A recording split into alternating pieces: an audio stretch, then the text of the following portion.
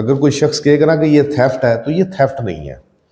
Theft کے لیے آپ کی انٹینشن بہت ضروری ہے کہ آپ انٹینشنلی سوچتے سمجھتے ہوئے گئے کہ میں اس چیز کو چوری کر کے لے کے جا رہا ہوں.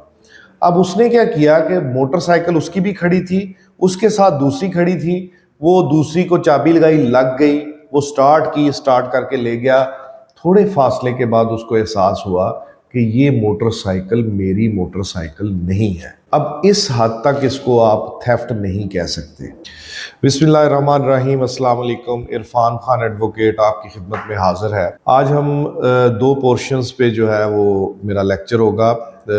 First one is criminal breach of trust, اور کرمنل بریچ آف ٹرسٹ جو ہے وہ مس اپروپریشن کے ساتھ اٹیچ ہوگا. تو اس کو مس اپروپریشن اور کرمنل بریچ آف ٹرسٹ, ان دونوں ٹاپکس کو آج ہم زیر بحث لے کے آئیں گے.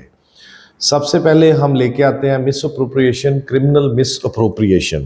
اس کو سیکشن 403 ڈیل کرے گا, اور 403 اور 404 اس میں تھوڑا سا ڈفرینسیشن ہے اس کی ایگزیکیوشن میں. اب dishonest misappropriation of property, اس کی ڈیفینیشن کو سمجھنے کے لیے میں اس کو پریسائزلی آپ کو بتا دوں کہ مس اپروپریشن اور criminal breach of trust interlinked ہیں, لیکن اس کی ڈیفینیشن کچھ ہو رہا ہے, اس کی ڈیفینیشن کچھ ہو رہا ہے. اور جب ہم مس اپروپریشن کو ڈیفائن کریں گے تو اس میں تھوڑا سا ٹچ تھیفٹ کا آئے گا, لیکن وہ کلیئر ہو جائے گی کہ یہ تھیفٹ نہیں ہے.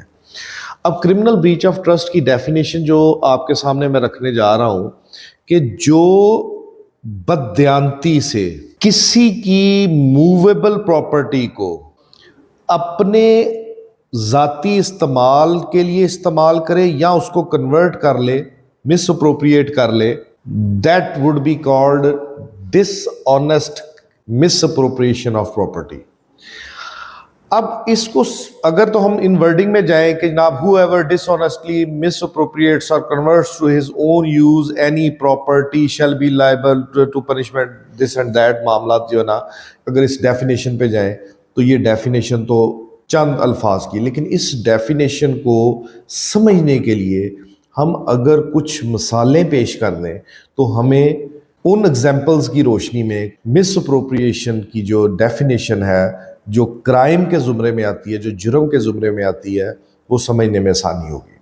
مثلا میں ایک جگہ آیا, میں نے اپنی موٹر سائیکل پارک کی, پارک کر کے میں اندر گیا, واپس آیا, میں نے موٹر سائیکل ان لاک کی اور میں اس کو لے کے چلا گیا.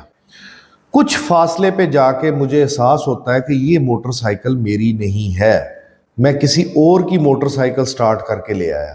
اب یہ تھیفٹ نہیں ہے. اگر کوئی شخص کہے گا نا کہ یہ تھیفٹ ہے تو یہ تھیفٹ نہیں ہے. تھیفٹ کے لیے آپ کی انٹینشن بہت ضروری ہے کہ آپ انٹینشنلی سوچتے سمجھتے ہوئے گئے کہ میں اس چیز کو چوری کر کے لے کے جا رہا ہوں. اب اس نے کیا کیا کہ موٹر سائیکل اس کی بھی کھڑی تھی, اس کے ساتھ دوسری کھڑی تھی, وہ دوسری کو چابی لگائی, لگ گئی, وہ سٹارٹ کر کے لے گیا. تھوڑے فاصلے کے بعد اس کو احساس ہوا کہ یہ موٹر سائیکل میری موٹر سائیکل نہیں ہے. اب اس حد تک اس کو آپ تھیفٹ نہیں کہہ سکتے. اب آگے اوفینس شروع ہوتا ہے. اگر تو وہ وہیں سے واپس آئے اور وہ موٹر سائیکل کھڑی کر دے اور اپنی موٹر سائیکل لے جائے تو پھر تو کوئی اوفینس نہیں, لیکن وہ چلا گیا, اس ایریے سے باہر نکل گیا, اب اس کی ڈس آنیسٹی کریٹ ہوتی ہے. وہ کہتا ہے کہ میں لے تو آیا ہوں, تو اب اس کو میں اپنے ذاتی استعمال میں لے آؤں یا میں اس کو کسی کو بیچ دوں. اب اگر وہ موٹر سائیکل وہ اپنی استعمال کے لیے رکھ لیتا ہے یا وہ آگے کسی کو بیچ دیتا ہے, اسکریپ کے بھاؤ بیچ دیتا ہے, جیسے بھی ہے اس کو ڈسپوز آف کر دیتا ہے, then he has committed dishonest misappropriation. ایک تو آپ اگزامپل یہ ذہن میں رکھیں. دوسری اگزامپل یہ ہے کہ اے بی کی لائبریری میں جاتا ہے, بی کی بک اس کی مرضی کے بغیر لے آتا ہے. اگر تو وہ پڑھنے کے لیے لے کے آتا ہے اور پڑھ کے واپس دے آتا ہے تو that would not be called dishonest misappropriation. اس نے ایک غیر اخلاقی حرکت ضرور کی کہ اس کو چاہیے تھا کہ بی سے پوچھ کے پڑھنے کے لیے وہ بک لے کے جاتا اور پڑھ کے اس نے واپس دونوں میں پڑھ کے اس نے واپس کر دی. اب یہ دس از ناٹ اے کرائم.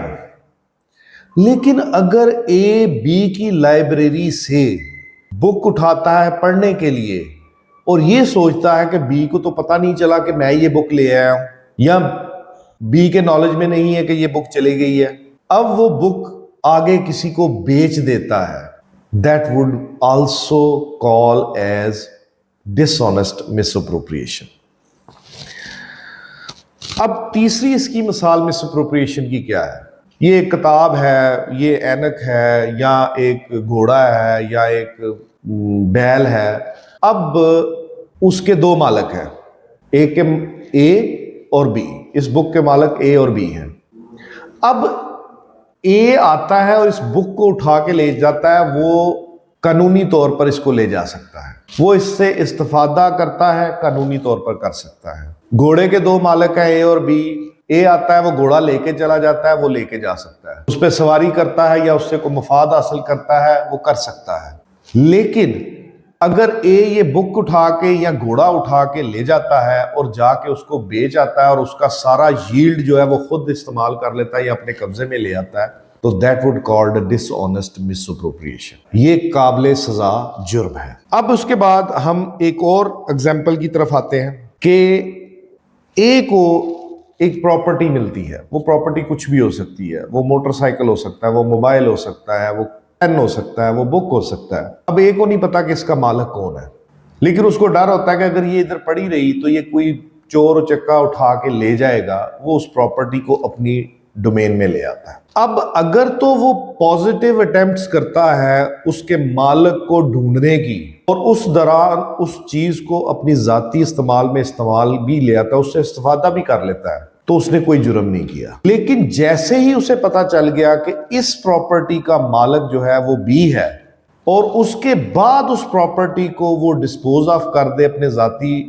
مفاد کے لیے یا اس کو اپنے لیے یوز کر لے اور بی کو واپس نہ کرے، تو پھر اس نے ڈس آنیسٹ مس اپروپریشن کی. پھر وہ 403 کے زمرے میں آئے گا اور قابل سزا جرم. یہاں تک تو ہم نے معاملہ دیکھ لیے ڈس آنیسٹ مس اپروپریشن کے.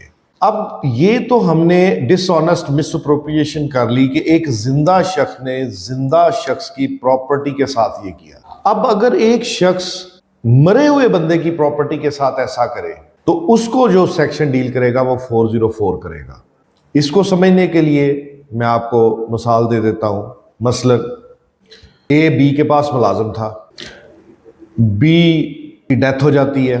اب بی کا وہاں پہ جس گھر میں وہ ملازم ہوتا ہے، بی کی وہاں پہ کیش بھی ہوتا ہے، زیورات بھی ہوتے ہیں، موبائل بھی ہوتا ہے، مختلف پراپرٹیز ہوتی ہیں اس کی. وہ پراپرٹیز جو ہیں وہ اے جو اس کا ملازم ہے، یہ جانتے ہوئے کہ میں اس کا مالک نہیں ہوں، یہ مرنے والا مالک تھا اور اب اس کے لیگل ایئرز اس کے مالک ہوں گے، وہ تمام پراپرٹی اپنے قبضے میں کر کے اپنے ذاتی استعمال کے لیے یا ان کو بیچ دیتا ہے. then A has committed dishonest misappropriation with the property of a deceased person. 404 اس کو اٹریکٹ کرے گی. اس طرح ہم نے ڈس آنیسٹ مس اپروپریشن کے 2 سیکشنز پی پی سی میں موجود ہیں. ہم نے ڈس آنیسٹ مس اپروپریشن کے بارے میں پڑھ لیا. اب ہم اگلے سٹیپ میں جائیں گے، کرمنل بریچ آف ٹرسٹ.